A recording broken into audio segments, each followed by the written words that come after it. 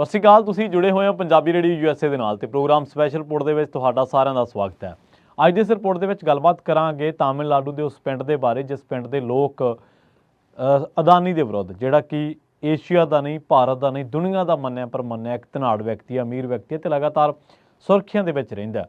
ਭਾਰਤ ਦੇ ਵਿੱਚ ਵੱਖ-ਵੱਖ ਥਾਵਾਂ ਤੇ ਅਡਾਨੀ ਦੇ ਪ੍ਰੋਜੈਕਟਾਂ ਦਾ, ਅਡਾਨੀ ਦੇ ਹੋਰ ਜਿੰਨੇ ਵੀ ਕੰਮ ਚੱਲ ਰਹੇ ਨੇ, ਜਿਹੜੇ ਪ੍ਰੋਜੈਕਟ ਤਾਂ ਪਾਈਪਲਾਈਨ 'ਚ ਨੇ ਉਹਨਾਂ ਦਾ ਤਾਂ ਵਿਰੋਧ ਹੋਣਾ ਹੀ ਹੋਣਾ ਹੈ, ਪਰ ਜਿੱਥੇ ਉਹਨਾਂ ਦੇ ਕੰਮ ਚੱਲ ਰਹੇ ਨੇ ਉੱਥੇ ਵੀ ਅਡਾਨੀ ਦਾ ਬਹੁਤ ਵੱਡੇ ਪੱਧਰ ਤੇ ਵਿਰੋਧ ਹੋ ਰਿਹਾ। ਪਰ ਇਸ ਵਿਰੋਧ ਦੀ ਕਵਰੇਜ ਬਹੁਤ ਘੱਟ ਹੈ। ਕਾਰਨ ਸਾਫ਼ ਹੈ ਕਿ ਜਿਹੜਾ ਮੀਡੀਆ ਉਹ ਗੋਦੀ ਬਣ ਚੁੱਕਿਆ ਤੇ ਜਿਹੜਾ ਗੋਦੀ ਮੀਡੀਆ ਦੇ ਵਿੱਚ ਇੰਨੀ ਕੁ ਤਾਕਤ, ਇੰਨੀ ਕੁ ਹਿੰਮਤ, ਇੰਨੀ ਕੁ ਸਮਰੱਥਾ ਨਹੀਂ ਬਚੀ ਕਿ ਉਹ ਅਡਾਨੀ ਬਾਰੇ ਆਪਣੀ ਰਿਪੋਰਟਿੰਗ ਕਰ ਸਕੇ। ਸੋ ਵੱਖ-ਵੱਖ ਜਿਹੜੇ ਮੀਡੀਆ ਅਦਾਰੇ ਨੇ, BBC, ਬਲੂਮਬਰਗ, ਦ ਗਾਰਡੀਅਨ ਜਾਂ ਇਹਦੇ ਨਾਲ ਕੁਛ ਹੋਰ ਰਿਟਰਸ ਵਰਗੀਆਂ ਜਿਹੜੀਆਂ ਵੈਬਸਾਈਟਸ ਨੇ, ਉੱਥੋਂ ਤੁਹਾਨੂੰ ਪਤਾ ਲੱਗਦਾ ਕਿ ਭਾਰਤ ਦੇ ਵਿੱਚ ਅਡਾਨੀ ਵਿਰੁੱਧ ਜਿਹੜੇ ਪ੍ਰੋਟੈਸਟ ਹੋ ਰਹੇ ਨੇ ਉਹਨਾਂ ਮਾਮਲਿਆਂ ਦੇ ਵਿੱਚ ਉਹ ਪ੍ਰੋਟੈਸਟ ਲੋਕ ਕਰ ਰਹੇ ਨੇ, ਪਰ ਅਥਾਰਟੀਜ਼ ਜਿਹੜੀਆਂ ਸਮਰੱਥ ਨੇ ਜਾਂ ਸੰਬੰਧਿਤ ਨੇ ਉਹਨਾਂ ਦੀ ਗੱਲ ਨਹੀਂ ਸੁਣ ਰਹੀਆਂ। ਇਹਦੇ ਨਾਲ ਦੀ ਫਾਈਨੈਂਸ਼ੀਅਲ ਟਾਈਮਸ ਤੇ ਦੀ ਕੈਰਵਾਂ ਜਾਂ ਹੋਰ ਜਿਹੜੇ ਵੀ ਅਦਾਰੇ ਨੇ ਕੌਮਾਂਤਰੀ, ਉਹਨਾਂ ਨੇ ਤਾਂ ਇਸ ਮਾਮਲੇ ਦੇ ਵਿੱਚ ਆਲਾ ਦਰਜੇ ਦੀ ਰਿਪੋਰਟਿੰਗ ਕੀਤੀ ਹੈ ਤੇ ਦੱਸਿਆ ਕਿ ਕਦੋਂ ਅਡਾਨੀ ਦੇ ਵਿਰੁੱਧ ਪ੍ਰੋਟੈਸਟ ਹੋਏ ਤੇ ਇਹਨਾਂ ਪ੍ਰੋਟੈਸਟਾਂ ਦਾ ਕਾਰਨ ਕੀ ਸੀ, ਤੇ ਨਾਲ ਹੀ ਉਹਨਾਂ ਨੇ ਜਿਹੜਾ ਬਾਹਰੋਂ ਕੋਲਾ ਮੰਗਵਾਉਣ ਦਾ ਜਿਹੜਾ ਪੂਰਾ ਇਹ ਕੰਪਨੀਆਂ ਦੇ ਜ਼ਰੀਏ ਕੰਮਕਾਰ ਹੈ ਇਹਨੂੰ ਵੀ ਐਕਸਪੋਜ਼ ਕਰਕੇ ਰੱਖ ਦਿੱਤਾ। ਸੋ ਪਹਿਲਾਂ ਆਪਾਂ ਤਾਮਿਲਨਾਡੂ ਦੀ ਗੱਲ ਕਰਦੇ ਹਾਂ, ਉਸ ਤੋਂ ਬਾਅਦ ਕੇਰਲਾ ਦੇ ਵਿੱਚ ਤੇ ਫਿਰ ਛੱਤੀਸਗੜ੍ਹ ਦੇ ਵਿੱਚ ਕਿਸ ਤਰੀਕੇ ਦੇ ਨਾਲ ਪ੍ਰੋਟੈਸਟ ਤਾਂ ਹੋਏ ਨੇ ਪਰ ਉਹਦੀ ਰਿਪੋਰਟਿੰਗ ਨਹੀਂ ਹੋਈ। ਕੈਰਵਾਂ ਦੇ ਵਿੱਚ ਨੀਲਾ ਸਿੰਘ ਤੇ ਇਸ ਤਰ੍ਹਾਂ ਦੀ ਫਾਈਨੈਂਸ਼ੀਅਲ ਟਾਈਮਸ ਦੇ ਵਿੱਚ ਵੀ ਕਈ ਰਿਪੋਰਟਰਸ ਨੇ ਜਿਨ੍ਹਾਂ ਨੇ ਆਲਾ ਦਰਜੇ ਦੀ ਰਿਪੋਰਟਿੰਗ ਇਸ ਮਾਮਲੇ ਦੇ ਵਿੱਚ ਕੀਤੀ ਹੈ। ਹੁਣ ਜਿਹੜੇ ਇੱਕ ਪਿੰਡ ਦੇ ਨਹੀਂ, ਇੱਕ ਪਿੰਡ ਦੇ ਤਾਂ ਵੈਸੇ ਧਰਨੇ ਤੇ ਬੈਠੇ ਲੋਕ, 100 ਪਿੰਡਾਂ ਦੇ ਲੋਕ ਵਿਰੋਧ ਕਰ ਰਹੇ ਤਾਮਿਲਨਾਡੂ ਦੇ ਵਿੱਚ। ਕੱਟੂਪੱਲੀ ਤਾਮਿਲਨਾਡੂ ਦੇ ਤ੍ਰਿਵੂਲੁਰ ਜ਼ਿਲ੍ਹੇ ਦੇ ਵਿੱਚ ਬੰਗਾਲ ਦੀ ਖਾੜੀ ਦੇ ਨਾਲ ਵਸਿਆ ਪਿੰਡ ਹੈ ਤੇ ਜ਼ਿਆਦਾਤਰ ਪਿੰਡ ਵਾਸੀਆਂ ਦੀ ਆਮਦਨੀ ਦਾ ਜ਼ਰੀਆ ਮੱਛੀਆਂ ਫੜਨਾ ਹੈ। ਉਹਨਾਂ ਨੂੰ ਇਹ ਸਕੀਮ ਕਰਕੇ, ਜਿਹੜੀ ਸਕੀਮ ਹੈ ਉਹ ਇਹ ਹੈ ਕਿ ਅਡਾਨੀ ਹੁਣ ਉੱਥੋਂ ਦੀ ਬੰਦਰਗਾਹ ਜਿਹੜੀ ਹੈ, ਪੋਰਟ ਹੈ, ਉਹਦੇ ਵਿੱਚ ਵਾਧਾ ਕਰਨਾ ਚਾਹੁੰਦਾ ਤੇ ਇਸ ਕਰਕੇ ਇਹਨਾਂ ਲੋਕਾਂ ਨੂੰ ਆਪਣੀਆਂ ਜ਼ਮੀਨਾਂ ਡੁੱਬ ਜਾਣ ਦਾ ਡਰ ਹੈ ਜਿਹੜਾ ਸਤਾ ਰਿਹਾ। ਅਡਾਨੀ ਪੋਰਟਸ ਜਿਹੜੀ ਆ ਉਹ ਕੰਪਨੀ ਹੈ, ਇਹਦਾ ਵਿਰੋਧ ਕਰਨ ਵਾਲੇ ਪਿੰਡ ਵਾਸੀਆਂ ਦੀ ਦਲੀਲਾਂ ਤੋਂ ਸਿਰੇ ਤੋਂ ਰੱਦ ਕਰਦੀ ਹੈ, ਪਰ ਆਖਿਰ ਦੇ ਵਿੱਚ ਤੁਹਾਨੂੰ ਦੱਸਾਂਗੇ ਕਿ ਇਹ ਰੱਦ ਤਾਂ ਕਰਦੇ ਆ ਪਰ ਨਾਲ ਪਿੰਡ ਵਾਲਿਆਂ ਨੂੰ ਲਾਲਚ ਵੀ ਦੇ ਰਹੇ ਆ। ਤੇ ਇਹਦਾ ਮਤਲਬ ਬੇਸ਼ੱਕ ਉਹ ਰੱਦ ਕਰ ਰਹੇ ਆ, ਰੱਦ ਕਰਨਾ ਤਾਂ ਉਹਨਾਂ ਦਾ ਚਲੋ ਹੱਕ ਹੈ ਉਹਨਾਂ ਦਾ, ਪਰ ਅਸਲ ਦੇ ਵਿੱਚ ਰੱਦ ਕਰਨ ਪਿੱਛੇ ਵੀ ਉਹਨਾਂ ਦੀ ਜਿਹੜੀ ਸਿਆਸਤ ਆ ਉਹ ਵੀ ਤੁਹਾਨੂੰ ਅਖੀਰ ਤੇ ਜਾ ਕੇ ਦੱਸਦੇ ਆ ਕਿ ਕਿਵੇਂ ਉਹ ਸਿਆਸਤ ਕਰ ਰਹੇ ਆ। ਇਹ ਜਿਹੜੀ ਬੰਦਰਗਾਹ ਲਾਰਸਨ ਐਂਡ ਟੋਬਰੋ ਨੇ 330 ਏਕੜ ਦੇ ਵਿੱਚ ਬਣਾਈ ਸੀਗੀ 2018 ਦੇ ਵਿੱਚ, ਤੇ ਉਸ ਤੋਂ ਬਾਅਦ ਇਹ ਅਡਾਨੀ ਪੋਰਟਸ ਦੇ ਕੋਲ ਹੈ।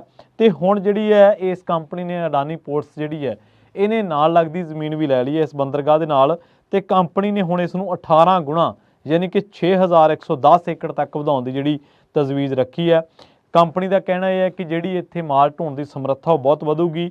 24 ਮੀਟ੍ਰਿਕ ਟਨ ਹੈ ਇਸ ਵੇਲੇ ਜਿਹੜੀ ਇਹਦੀ ਸਮਰੱਥਾ ਹੈ, ਤੇ ਹੁਣ ਉਹ ਕਹਿੰਦੇ ਕਿ 320 ਮੀਟ੍ਰਿਕ ਟਨ ਸਾਲਾਨਾ ਹੋ ਜੂਗੀ ਜੇ ਅਸੀਂ ਇਹਨੂੰ ਲੈ ਗਏ 6110 ਏਕੜ ਤੱਕ, ਜਿਹੜੀ ਕਿ 2018 ਦੇ ਵਿੱਚ ਜਦੋਂ ਲਾਰਸਨ ਐਂਡ ਟੋਬਰੋ ਨੇ ਬਣਾਈ ਸੀ ਉਦੋਂ ਸਿਰਫ 330 ਏਕੜ ਦੇ ਵਿੱਚ ਸੀ। ਕੰਪਨੀ ਦੇ ਨਾਲ ਹੁਣ ਰੇਲ ਨੈਟਵਰਕ ਤੇ ਸੜਕੀ ਢਾਂਚੇ ਨੂੰ ਵੀ ਜੋੜਨਾ ਚਾਹੁੰਦੀ ਹੈ। 100 ਪਿੰਡਾਂ ਦੇ ਲੋਕ ਤੇ ਕਸਬਿਆਂ ਦੇ ਮਛੇਰੇ ਦਾ ਵਿਰੋਧ ਕਰ ਰਹੇ ਆ। ਉਹ ਕਹਿੰਦੇ ਨੇ ਕਿ ਇਹਦੇ ਨਾਲ ਸਾਡੀ ਰੋਜ਼ੀ ਰੋਟੀ ਤੇ ਅਸਰ ਪਊਗਾ। ਇਹਦੇ ਨਾਲ ਜਿਹੜੀ ਦੂਜੀ ਗੱਲ ਹੈ, 2018 ਦੇ ਵਿੱਚ ਵੀ ਇੱਥੇ ਵਿਰੋਧ ਸ਼ੁਰੂ ਹੋਇਆ ਸੀ ਤੇ ਜਿਹੜੇ ਵਾਤਾਵਰਨ ਪ੍ਰੇਮੀ ਨੇ ਉਹ ਵੀ ਕਹਿੰਦੇ ਨੇ ਕਿ ਇਹਦੇ ਨਾਲ ਜਿਹੜੀ ਇਹਦੇ ਨਾਲ ਲੱਗਦੀ ਇੱਕ ਝੀਲ ਹੈ ਖਾਰੇ ਪਾਣੀ ਦੀ, ਉਹ ਤੇ ਸਮੁੰਦਰ ਇਕੱਠੇ ਹੋ ਜਾਣਗੇ, ਜਿਹਦੇ ਨਾਲ ਇੱਕ ਕੁਦਰਤੀ ਬੈਲੈਂਸ ਜਿਹੜਾ ਬਣਿਆ ਹੋਇਆ, ਕਿਨਾਰੇ ਹੋਰ ਖੁਰਨਗੇ ਲੋਕਾਂ ਦਾ, ਆਮ ਲੋਕਾਂ ਦਾ, ਤੇ ਨਾਲ ਹੀ ਜਿਹੜਾ ਵਾਤਾਵਰਨ ਦੇ ਤੌਰ ਤੇ ਪ੍ਰਭਾਵ ਪੈਣਾ ਜਾਂ ਜਿਹੜਾ ਸਮੁੰਦਰੀ ਜਲ ਜੀਵਨ ਹੈ ਜਿਹੜਾ ਇੱਕ ਤਰੀਕੇ ਦੇ ਨਾਲ ਉਹ ਵੀ ਬਹੁਤ ਹੱਦ ਦੇ ਵਿੱਚ ਪ੍ਰਭਾਵਿਤ ਹੋਊਗਾ। ਪਿਛਲੇ ਸਾਲ ਸਤੰਬਰ ਦੇ ਵਿੱਚ ਵਾਤਾਵਰਨ ਪ੍ਰਵਾਨਗੀ ਦੀ ਪ੍ਰਕਿਰਿਆ ਜਦੋਂ ਸਰਕਾਰ ਨੇ ਇੱਥੋਂ ਦੀ ਨੇ ਸ਼ੁਰੂ ਕੀਤੀ ਤਾਂ ਉਦੋਂ ਇੱਕ ਵਾਰ ਫਿਰ ਤੋਂ ਲੋਕਾਂ ਦਾ ਬਹੁਤ ਵੱਡੇ ਪੱਧਰ ਤੇ ਵਿਰੋਧ ਹੋਇਆ ਸੀ। ਮਾਸਟਰ ਪਲਾਨ ਦੇ ਮੁਤਾਬਕ, ਜਿਹੜਾ ਇਹਨਾਂ ਦਾ ਬੰਦਰਗਾਹ ਨੂੰ ਬਣਾਉਣ ਦਾ ਮਾਸਟਰ ਪਲਾਨ ਹੈ, ਉਹਦੇ ਮੁਤਾਬਕ ਜਿਹੜੀ 6110 ਏਕੜ ਜ਼ਮੀਨ ਹੈ ਇਹਦੇ ਵਿੱਚ 200 ਏਕੜ ਤਾਂ 2000 ਏਕੜ ਇਹਨਾਂ ਨੇ ਮਲਣਾ ਸਮੁੰਦਰ ਦੇ ਵਿੱਚ। ਸਮੁੰਦਰ ਦੇ ਵਿੱਚ ਰੇਤ ਪਾਈ ਜਾਊਗੀ, ਉੱਥੇ ਰੇਤ ਦੇ ਨਾਲ ਭਰ ਕੇ ਉਹਨੂੰ ਬੰਦਰਗਾਹ ਦੇ ਵਿੱਚ ਸ਼ਾਮਲ ਕੀਤਾ ਜਾਊਗਾ। ਇਹਦੇ ਇਲਾਵਾ ਕੰਪਨੀ ਸਮੁੰਦਰ ਦੇ ਕਿਨਾਰੇ ਦੇ ਨਾਲ ਇੱਕ ਹਿੱਸੇ ਦੀ ਡੂੰਘਾਈ ਜਹਾਜ਼ਰਾਨੀ ਦੇ ਲਈ ਵਧਾਉਣਾ ਚਾਹੁੰਦੀ ਹੈ। ਮਾਹਰਾਂ ਦਾ ਕਹਿਣਾ ਇਹ ਹੈ ਕਿ ਇਹਦੇ ਨਾਲ ਚੌਗਿਰਦੇ ਦੇ ਲਈ ਮਾਰੂ ਨਤੀਜੇ ਨਿਕਲਣਗੇ। ਅਡਾਨੀ ਪੋਰਟਸ ਜਿਹੜੀ ਉਹ ਪਹਿਲੀ ਵਾਰ ਵਿਰੋਧ ਦਾ ਸਾਹਮਣਾ ਨਹੀਂ ਕਰ ਰਹੀ। ਸਾਲ 2022 ਦੇ ਵਿੱਚ ਗਵਾਂਢੀ ਸੂਬੇ ਕੇਰਲ ਦੇ ਵਿੱਚ ਵੀ ਜਦੋਂ ਕੰਪਨੀ ਸੂਬਾ ਸਰਕਾਰ ਦੇ ਨਾਲ ਮਿਲ ਕੇ ਇੱਕ ਬੰਦਰਗਾਹ ਬਣਾਉਣਾ ਚਾਹ ਰਹੀ ਸੀ ਤਾਂ ਮਛੇਰਿਆਂ ਨੇ ਤਾਂ ਹੋਰ ਪਿੰਡਾਂ ਨੇ ਇਹਦਾ ਵਿਰੋਧ ਕੀਤਾ ਸੀ। ਹਾਲਾਂਕਿ ਸੂਬਾ ਸਰਕਾਰ ਵੱਲੋਂ ਪੀੜਤਾਂ ਨੂੰ ਮਹੀਨਾਵਾਰ ਮੁਆਵਜ਼ੇ ਦੇ ਐਲਾਨ ਤੋਂ ਬਾਅਦ ਵਿਰੋਧ ਜਿਹੜਾ ਉਹ ਖਤਮ ਕਰ ਦਿੱਤਾ ਗਿਆ ਸੀ। ਕੱਟੂਪੱਲੀ ਦੇ ਵਿੱਚ ਵੀ ਬੰਦਰਗਾਹ ਅਧਿਕਾਰੀ ਸਥਾਨਕ ਲੋਕਾਂ ਨੂੰ ਡਾਕਟਰੀ ਸਹਾਇਤਾ ਤੇ ਨੌਕਰੀਆਂ ਦਾ ਲਾਲਚ ਦੇਣ ਦੀ ਕੋਸ਼ਿਸ਼ ਕਰ ਰਹੇ ਆ।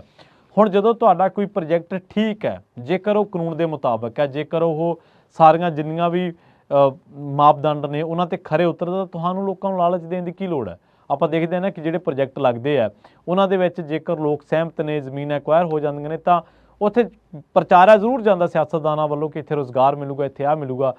ਪੰਜਾਬ ਦੇ ਲੱਗੇ ਪ੍ਰੋਜੈਕਟਾਂ ਦੀ ਤੁਸੀਂ ਝਾਤ ਮਾਰ ਲਓ ਕਿ ਜਿਹੜੀ ਗੁਰੂ ਗੋਬਿੰਦ ਸਿੰਘ ਰਿਫਾਈਨਰੀ ਹੈ ਬਠਿੰਡਾ ਦੇ ਵਿੱਚ, ਉੱਥੇ ਕਿੰਨੇ ਕੁ ਪੰਜਾਬੀ ਲੋਕਾਂ ਨੂੰ ਰੁਜ਼ਗਾਰ ਮਿਲਿਆ, ਜਾਂ ਹੋਰ ਜਿੰਨੇ ਵੀ ਪੰਜਾਬ ਦੇ ਕਾਰਖਾਨੇ ਉੱਥੇ ਕਿੰਨੇ ਕੁ ਪੰਜਾਬੀ ਲੋਕ ਕੰਮ ਕਰਦੇ। ਇਹ ਸਿਰਫ ਕਹਿਣ ਦੀਆਂ ਗੱਲਾਂ ਹੁੰਦੀਆਂ, ਪਰ ਹੁਣ ਇਹ ਅਦਾਨੀ ਪੋਰਟਸ ਪਹਿਲਾਂ ਲੋਕਾਂ ਨੂੰ ਕਹਿ ਰਹੀ ਸੀ ਕਿ ਤੁਸੀਂ ਤੁਹਾਡਾ ਜਿਹੜਾ ਵਿਰੋਧ ਹੈ ਉਹ ਬੇਤੁਕਾ ਹੈ, ਇਹਦੀ ਕੋਈ ਜਿਹੜੀ ਤੁਕ ਨਹੀਂ ਬਣਦੀ।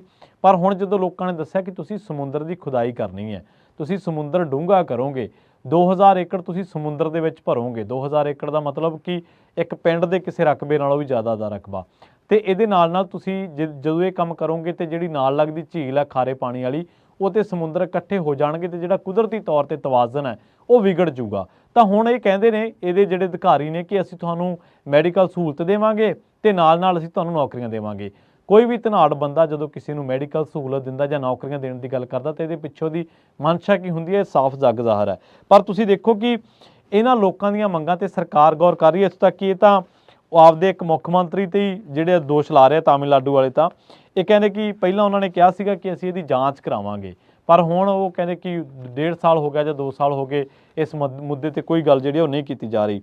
ਹੁਣ ਜਿਹੜੀ ਅਗਲੀ ਗੱਲ ਹੈ, ਹੁਣ ਸਰਕਾਰ ਇਹ ਕੀ ਇਹਨਾਂ ਲੋਕਾਂ ਦੀਆਂ ਮੰਗਾਂ ਤੇ ਗੌਰ ਕਰ ਰਹੀ ਹੈ ਕਿ ਧਰਨੇ ਪ੍ਰਦਰਸ਼ਨ ਸਰਕਾਰ ਨੂੰ ਪ੍ਰਭਾਵਿਤ ਕਰ ਰਹੇ ਆ, ਕਿ ਸਰਕਾਰ ਦੇ ਜਿਹੜੇ ਦੂਜੇ ਮਹਿਕਮੇ ਨੇ ਮਸਲਨ ਵਾਤਾਵਰਨ ਦੇ ਨਾਲ ਜੁੜੇ ਨੇ ਜਾਂ ਹੋਰ ਮਾਈਨਿੰਗ ਦੇ ਨਾਲ ਜੁੜੇ ਨੇ ਜਾਂ ਹੋਰ, ਉਹਨਾਂ ਦਾ ਕੋਈ ਫਰਜ਼ ਨਹੀਂ ਬਣਦਾ ਕਿ ਜਿਹੜੇ ਉੱਥੇ ਗਲਤ ਕੰਮ ਕਿਤੇ ਵੀ ਹੋ ਰਿਹਾ ਸਮੁੰਦਰ ਦੇ ਵਿੱਚ ਜਾਂ ਉਹਦੇ ਆਲੇ ਦੁਆਲੇ ਉਹਨੂੰ ਰੋਕ ਸਕਣ, ਜਾਂ ਫਿਰ ਘੱਟੋ ਘੱਟ ਇੰਨਾ ਹੀ ਦੱਸ ਦੇਣ ਕਿ ਇਹ ਪ੍ਰੋਜੈਕਟ ਗਲਤ ਹੈ ਜਾਂ ਸਹੀ ਹੈ।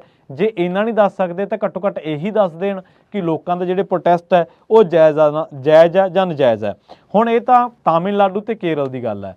ਹੁਣ ਆਪਾਂ ਆਉਣੇ ਆ ਅਸਲ ਦੇ ਵਿੱਚ ਛੱਤੀਸਗੜ੍ਹ ਦੇ ਵਿੱਚ। ਛੱਤੀਸਗੜ੍ਹ ਦੇ ਵਿੱਚ ਕੀ ਹੋਇਆ, ਛੱਤੀਸਗੜ੍ਹ ਦੇ ਬਾਰੇ ਇੱਕ ਰਿਪੋਰਟ ਹੈ ਦੀ ਰੇਟਰਸ ਦੇ ਵਿੱਚ। ਉਹਨਾਂ ਨੇ ਲਿਖਿਆ ਹੈ ਕਿ ਜਿਹੜੀ ਅਦਾਨੀ ਦੀ ਇੱਕ ਕੰਪਨੀ ਹੈ ਜਿਹੜੀ ਹੋਰ ਸਹਿ ਕੰਪਨੀਆਂ ਦੇ ਨਾਲ ਮਿਲ ਕੇ ਕੰਮ ਕਰ ਰਹੀ ਹੈ, ਉੱਥੇ 2 ਇਲਾਕੇ ਨੇ ਜਿੱਥੇ ਇਹਨਾਂ ਦਾ ਬਹੁਤ ਵੱਡੇ ਪੱਧਰ ਤੇ ਰਿਪੋਰਟ ਹੋ ਰਹੀ ਜਿਹੜਾ ਵਿਰੋਧ ਹੋ ਰਿਹਾ। ਤੇ ਇਸ ਬਾਬਤ ਰਿਪੋਰਟ ਸੀ ਨੀਲਣਾ ਸਿੰਘ ਦੀ ਛੱਤੀਸਗੜ੍ਹ ਦੇ ਬਾਰੇ। ਇਸ ਤੋਂ ਇਲਾਵਾ ਜੇ ਆਪਾਂ ਅੱਗੇ ਚੱਲ ਗਏ ਫਾਈਨੈਂਸ਼ੀਅਲ ਟਾਈਮਸ ਦੇ ਬਾਬਤ ਜਾਂ ਹੋਰ ਰਿਪੋਰਟਾਂ ਦੇ ਬਾਬਤ, ਤਾਂ 11 ਅਕਤੂਬਰ ਨੂੰ ਫਾਈਨੈਂਸ਼ੀਅਲ ਟਾਈਮਸ ਦੀ ਇੱਕ ਰਿਪੋਰਟ ਛਪੀ ਹੈ 2023 ਦੇ ਵਿੱਚ।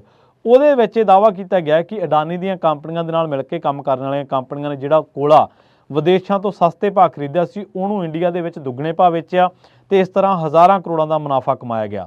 ਫਾਈਨੈਂਸ਼ੀਅਲ ਟਾਈਮਸ ਦੀ ਇਸ ਰਿਪੋਰਟ ਦੇ ਮੁਤਾਬਕ 2019 ਤੋਂ 2021 ਤੱਕ 32 ਮਹੀਨਿਆਂ ਦੇ ਵਿੱਚ 30 ਸ਼ਿਪਮੈਂਟਸ ਆਈਆਂ ਜਿਹਦੇ ਰਾਹੀਂ ਦੁੱਗਣੇ ਭਾਅ ਕੋਲਾ ਮੰਗਵਾਇਆ ਗਿਆ ਤੇ ਇਹਦੀ ਕੀਮਤ 40,000 ਕਰੋੜ ਤੋਂ ਵੱਧ ਹੈ। ਇਸੇ ਤਰ੍ਹਾਂ ਮਾਰਚ 2018 ਦੇ ਵਿੱਚ ਦੀ ਕੇਰਵਾ ਮੈਗਜ਼ੀਨ ਹੈ ਜਿਹਦੇ ਵਿੱਚ ਨੀਲਣਾ MS ਦੀ ਰਿਪੋਰਟ ਛਪੀ ਹੈ। ਉਹਦਾ ਟਾਈਟਲ ਇਹ ਹੈ ਕਿ ਕਿਵੇਂ ਮੋਦੀ ਰਾਜ ਦੇ ਵਿੱਚ ਅਡਾਨੀ ਪੈਸੇ ਬਣਾ ਰਿਹਾ। ਗੌਤਮ ਅਡਾਨੀ ਦੀਆਂ ਕੰਪਨੀਆਂ ਨੂੰ ਵਿਸ਼ੇਸ਼ ਛੋਟਾਂ ਦਿੱਤੀਆਂ ਗਈਆਂ ਤਾਂ ਕਿ ਉਹ ਕੋਲੇ ਦੀਆਂ ਖਾਣਾਂ ਤੋਂ ਕਮਾਈ ਕਰ ਸਕੇ। ਇਸੇ ਤਰ੍ਹਾਂ ਮਾਰਚ 2023 ਦੇ ਵਿੱਚ ਨੀਲਣਾ MS ਦੀ ਇੱਕ ਹੋਰ ਰਿਪੋਰਟ ਹੈ। ਨੀਲਣਾ MS ਜਿਹੜੇ ਨੇ ਉਹ ਇੱਕ ਪੱਤਰਕਾਰ ਨੇ, ਖੋਜੀ ਪੱਤਰਕਾਰ ਨੇ।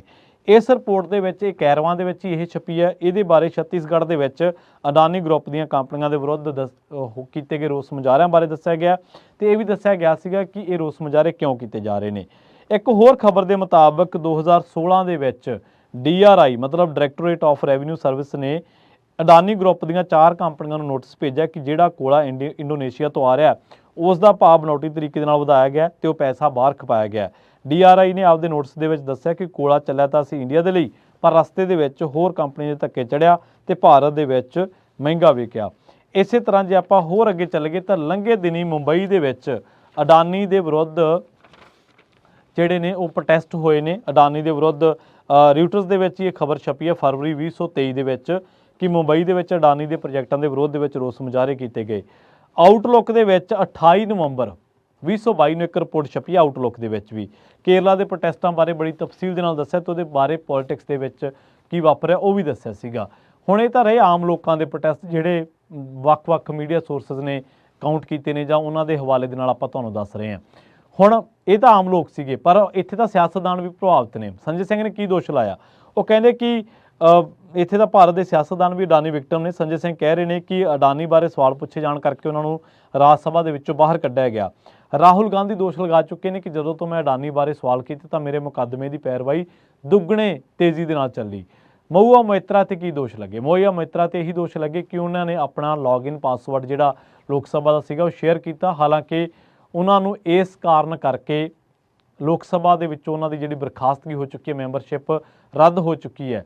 ਉਹਨਾਂ ਦੇ ਉੱਤੇ ਜਿਹੜੇ ਦੋਸ਼ ਲੱਗੇ ਸੀ ਉਹਨਾਂ ਬਾਰੇ ਕੁਛ ਨਹੀਂ ਦੱਸਿਆ ਗਿਆ। ਦੋਸ਼ਾਂ ਕਰਕੇ ਉਹਨਾਂ ਦੀ ਜਿਹੜੀ ਬਰਖਾਸਤਗੀ ਸੀ, ਮੈਂਬਰਸ਼ਿਪ ਸੀ, ਉਹ ਰੱਦ ਜ਼ਰੂਰ ਹੋ ਗਈ। ਕਿ ਮਹੁਆ ਮੋਇਤਰਾ ਨੇ ਜਿਹੜੇ ਸਵਾਲ ਚੁੱਕੇ ਸੀ ਉਹ ਵੀ ਨਜਾਇਜ਼ ਸਨ?